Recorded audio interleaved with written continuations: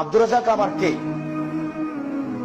আব্দুর রাজাক একজন আলেম মানুষ, কথা যদি হাদিসের সাথে মিল খায় মানবো, নইলে আব্দুর রাজাক সাহেবের কথাকে ছুড়ে মারবো, এই গতিতে থাকতে হবে। যদি বেশি ভালোবাসেন তখন আমার মন্দটা ভালো হয়ে যাবে। তো মন্দটা ভালো হলে আমি দায়ী না আপনি দায়ী? কিয়ামতের মাঠে যদি ইমাম আবু হানিফা বলেন জি না আমি কাউকে বলিনি যে তোমরা হানাফি বলে দাবি করো, এরা কি করবে? কোটি কোটি মানুষের কি হবে? কোটি কোটি মানুষ তো 400 হিজরিতে এসে বলছে যে আমি হানাফি, আর উনি তো 150 হিজরিতে মারাই গেছেন। 80 হিজরিতে জন্ম করে জন্ম নিয়ে 150 দুনিয়া থেকে চলে গেছেন, আর 400 হিজরিতে এসে মানুষ বলছে যে আমি হানাফি। এদের কি হবে অবস্থা?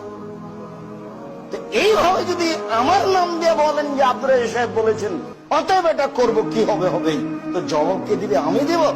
কোনদিন কোন